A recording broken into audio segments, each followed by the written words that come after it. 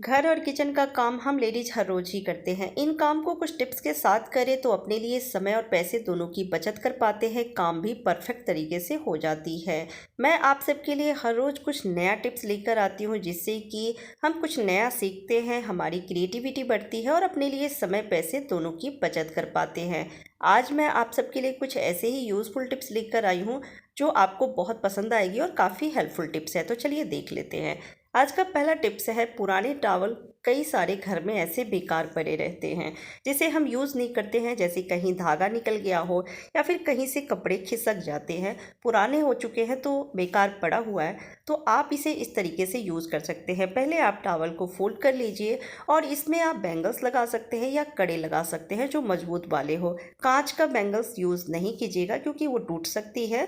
और इस तरह से टॉवल को फोल्ड करने के बाद सेंटर में बैंगल्स को लगा देना है, या फिर साइड से भी इस तरह से आप लगा सकते हैं, पर सेफ्टी पिन से फिर इसे सिक्योर करना पड़ेगा, नहीं तो जब आप टॉवल यूज़ करेंगे तो ये बैंगल्स से निकल जाएगी। तो इसलिए सेफ्टी पिन से सिक्योर कर दीजिए। अगर सेंटर में बैंगल लगा रहे हैं तब सेफ्टी पिन नहीं भी लगाएंगे तो भी ये नहीं निकलेगी। अब इसे आप किचन सिंक के पास भी रख सकते हैं, क्योंकि किचन में काम करते समय कई बार हाथ को वॉश करते हैं और फिर हाथ को पोंछने के लिए किचन टॉवल यूज़ करते हैं। तो अलग से किचन टॉवल आपको रखने की जरूरत नहीं पड़ेगी, पैसे की भी बचत होगी। और इस तरह से पुराने हैंड टॉवल को आप यूज़ कर सकते हैं, या फिर वॉश बेसिन के पास इसे रख के यूज़ कर लीजिए।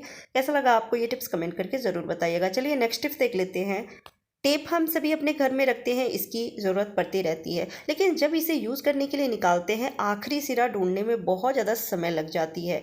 ऐसे में आप छोटा सा काम कर सकते हैं। जब भी आप इसे यूज़ करते हैं तो जितना ज़रूरत है कट कर लीजिए, यूज़ कर लीजिए, और जो इसका लास्ट छोर है थोड़ा सा आप उसे क्रश कर दीजिए, जिससे कि जब नेक्स्ट टाइम आप इसे यूज़ करेंगे तो आपको इसका लास्ट सिरा ढूंढना नहीं पड़ेगा, टाइम की बचत होगी। या फिर थोड़ा सा आप अंदर की तरफ इसे मोड़ दीजिए तो भी आपको आसानी से इसका आखिरी छोर मिल जाएगी। किचन में काम करते समय कई बार फ़ोन में हम कुछ देखते हैं, या फिर अगर रेसिपी ही फ़ोन से देख के बनानी है तो फ़ोन को एक जगह रखते हैं, जिससे कि रेसिपी हम बढ़िया से देख के और बना सके। इसके लिए हमें फ़ोन स्टैंड की ज़रूरत पड़ती है, लेकिन फ़ोन स्टैंड नहीं है। ऐसे में क्या करें, अगर दीवार में फ़ोन को टिका के रखते हैं तो वो स्लिप करके कई बार गिर जाती है। ऐसे में आप छोटा सा काम कर सकते हैं। आप ले लीजिए कपड़ों से निकलने वाले टैग, जो कि हर घर में मिल जाएगी, क्योंकि कपड़े खरीदते रहते हैं तो उसमें जो टैग लगे रहते हैं वो काफ़ी मजबूत होती है। इस तरह से आप फ़ोन के पीछे टैग को लगा सकते हैं। कवर आप निकाल लीजिए और कवर के बीच में ही इस तरह से फ़ोन को रखना है और पीछे आप टैग को लगा दीजिए। ये बिल्कुल स्टैंड की तरह काम करती है। आप देख सकते हैं मैं इतना इसको घुमा रही हूँ फिर भी ये निकल नहीं रही है। तो फिर आप जहाँ मर्जी इसे रख के और फ़ोन में से जो भी आप देख रहे हैं या रेसिपी देख के बना रहे हैं तो आप बना सकते हैं। चलिए नेक्स्ट टिप देख लेते हैं। जो बच्चे नया नया खाना बनाना सीख रहे हैं उन्हें हाथ जलने का बहुत ज़्यादा डर रहता है, या फिर हम बड़े भी जैसे खाना तो डेली ही बनाते हैं पर कई बार बहुत ज़्यादा पूरी तल रहे हैं या फिर भजिया या फिर पकौड़े बना रहे हैं, ऐसे में तेल के छींटे कई बार हाथ पे लग जाते हैं। तो आप छोटा सा काम कर सकते हैं। जब बहुत ज़्यादा भजिया फ्राई करनी है या पूरियाँ तलनी है तो आप ले लीजिए प्लास्टिक की बॉटल। बड़ी बॉटल है तो बहुत ही बढ़िया है, क्योंकि उसकी चौड़ाई थोड़ी ज़्यादा होती है। ये छोटी बॉटल है, इसकी चौड़ाई कम है, तो हम पीछे का हिस्सा भी यूज़ कर सकते हैं। तो इस तरह से आप लेंथ अपने हिसाब से रखिए और बॉटल को हमें दो हिस्सों में अलग कर लेना है, कट करके। और अब बॉटल का ढक्कन हम अलग कर लेंगे। अगर शार्पनेस है कट करने के बाद, आड़े तिरछे कट गए हैं थोड़े से, तो आप नाइफ़ की मदद से इसे पहले सीधा कर लीजिए और नाइफ़ को गर्म करके थोड़ा घुमा दीजिए, जिससे कि इसकी शार्पनेस कम हो जाए। अब इस तरह से जो झांझरा है पूड़ी तलने वाला, उसके हैंडल को इसमें लगा देना है, और इस तरह से जब पूड़ी आप तलेंगे तो तेल के छींटे हाथ पे नहीं पड़ेंगे। चूँकि इस बॉटल की थोड़ी सी चौड़ाई कम है, छोटी बॉटल है इस वजह से, तो आप बॉटल का पिछला हिस्सा भी यूज़ कर सकते हैं। इसमें छोटा सा होल कर दीजिए, इतना बड़ा होल कीजिएगा जिससे कि इसका जो हैंडल है ये जा सके। और अब जब पूड़ी फ्राई करेंगे, या फिर कोई नए बच्चे हैं जो कि अभी खाना बनाना सीख रहे हैं, तो वो इस तरह से जब पूड़ी फ्राई करेंगे तो तेल के छींटे हाथ में नहीं लगेंगे।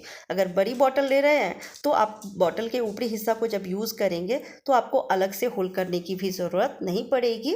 कई लेडीज़ को ईयरिंग पहनने के बाद इचिंग होने लगती है, रेडनेस होते हैं, घाव भी हो जाते हैं और जिस वजह से ईयरिंग नहीं पहन पाते हैं। इस तरह की स्टॉपर वाली जो ईयरिंग होती है इसमें बहुत लेडीज़ को प्रॉब्लम होती है। जो रबड़ वाली स्टॉपर दी रहती है उसमें ज़्यादा दिक्कत नहीं होती, लेकिन इस तरह के स्टॉपर वाली ईयरिंग मैं भी पहनती हूँ तो बहुत ज़्यादा रेडनेस होती है, इचिंग होती है और फिर कान पक जाते हैं जिस वजह से पहन नहीं पाते हैं। ऐसे में छोटा सा टिप्स आपको बताती हूँ, ये ट्राई किया हुआ टिप्स है। आपको ले लेना है बिंदी, बड़ी साइज़ की आप थोड़ी सी बिंदी लीजिएगा, बहुत ज़्यादा बड़ी भी नहीं लेनी है और इस तरह से प्लेन बिंदी ले लीजिए। अब इसमें हमें होल करना है तो आप इसके कुंडे से, ईयरिंग के कुंडे से होल नहीं कीजिएगा, नहीं तो वो मुड़ सकती है, टूट भी सकती है। आप सेफ्टी पिन या फिर सुई से आप इसमें बीच में होल कर दीजिए जिससे कि जो ईयरिंग का कुंडा है इसमें हम फंसा सकें। तो सेफ्टी पिन से थोड़ी सी बड़ी ही आप कीजिएगा। और अब इसे पहनने के बाद आप कान में पहले ईयरिंग पहन लीजिए और पीछे से स्टॉपर लगाने से पहले इस बिंदी को आप डाल लीजिए, किसी को बोल सकते हैं हेल्प के लिए। और उसके बाद स्टॉपर जब आप लगाएंगे तो कान में स्टॉपर टच नहीं होगी और इससे कान पकेंगे नहीं, कान में दर्द नहीं होगा, इचिंग नहीं होगी। तो जिन्हें भी ये प्रॉब्लम हो रही है आप इस टिप्स को ट्राई करके देखिएगा। बिंदी छोटी साइज़ की लेंगे तो पता भी नहीं चलेगा कि कान में बिंदी लगी हुई है और इस तरह से आप ईयरिंग पहन भी पाएंगे। तो आई होप आपको ये टिप्स पसंद आई होगी। चलिए लास्ट टिप्स देख लेते हैं जो कि कबाड़ से जुगाड़ू आइडिया है। पुराने चश्मे का खाली बॉक्स बहुत सारे घर में बेकार पड़े रहते हैं, हमें लगता है हम इसे किस तरह से यूज़ करेंगे, कई बार तो फेंक भी देते हैं या फिर बच्चे खेल खेल में तोड़ देते हैं, फेंक देते हैं। आज मैं इसके कुछ टिप्स बताती हूँ। हम लेडीज़ अगर एक दिन के लिए भी कहीं जाते हैं तो थोड़े से मेकअप का सामान ज़रूर लेकर जाते हैं। कुछ लेडीज़ सूखा सिंदूर लगाना पसंद करते हैं, तो अगर सूखा सिंदूर की डिब्बी पर्स में रख लेते हैं तो कई बार उसके ढक्कन खुल जाते हैं और पर्स में सिंदूर फैल जाती है, पर्स गंदा हो जाता है, बाकी सारे सामान में भी सिंदूर लग जाती है जो कि गंदा हो जाता है, अच्छा नहीं लगता है देख के। या फिर आप इसमें मेकअप की छोटी छोटी चीज़ें रख सकते हैं, मेकअप ब्रश रख सकते हैं, लिपस्टिक रख सकते हैं या फिर लिक्विड वाली सिंदूर है वो भी आप रख सकते हैं। तो छोटी छोटी मेकअप का सामान आप इसमें बहुत सारे रख के और फिर इसे बंद कर लीजिए, पर्स में रखेंगे तो ये बाकी सामान में बिखरेगी नहीं और आपको ढूंढना नहीं पड़ेगा, आसानी से मिल जा सकती है। या फिर जेंट्स भी जैसे ट्रैवल के दौरान मोबाइल का चार्जर, ब्लूटूथ या फिर स्मार्ट वॉच का चार्जर वगैरह लेकर जाते हैं तो आप इसमें जो लीड है उसको रख सकते हैं। बहुत सारा सामान इसमें आ जाती है, जितना भी लीड है उसे इस तरह से फोल्ड कर लीजिए। फोल्ड करना ज़रूरी है जिससे कि ये ज़्यादा से ज़्यादा आ सके। रबर लगा लीजिए, रबर नहीं लगाना चाहते हैं तो आप टेप से भी इसको चिपका सकते हैं और इस तरह से रख सकते हैं। तो ये बैग में फैलेगी नहीं, जब आपको ज़रूरत पड़ेगी चार्जर की आसानी से एक ही डिब्बे में आपको बहुत सारे चार्जर भी मिल जाएंगे, ढूंढना नहीं पड़ेगा, समय की बचत होगी। देखने में भी बहुत प्यारा लगता है। तो बहुत सारे चश्मे का खाली बॉक्स घर में पड़ा रहता है तो इस तरह से कई सारी चीज़ें रख सकते हैं। आप मोबाइल चार्जर का कॉर्ड भी रख सकते हैं, अगर चश्मे का बॉक्स थोड़ा सा बड़ा है तो आप कॉर्ड भी इसमें रख सकते हैं। तो कैसा लगा आपको ये टिप्स कमेंट करके ज़रूर बताइएगा। और आज के सारे टिप्स आपको कैसे लगे कमेंट करके ज़रूर बताइएगा। वीडियो अगर थोड़ी सी भी अच्छी लगी हो तो प्लीज़ वीडियो को लाइक एंड शेयर कर दीजिएगा। चैनल पर पहली बार आए हैं तो चैनल को सब्सक्राइब करके बेल आइकन प्रेस कीजिएगा जिससे मेरी हर वीडियो की नोटिफिकेशन सबसे पहले आप तक पहुँचे। Bye bye.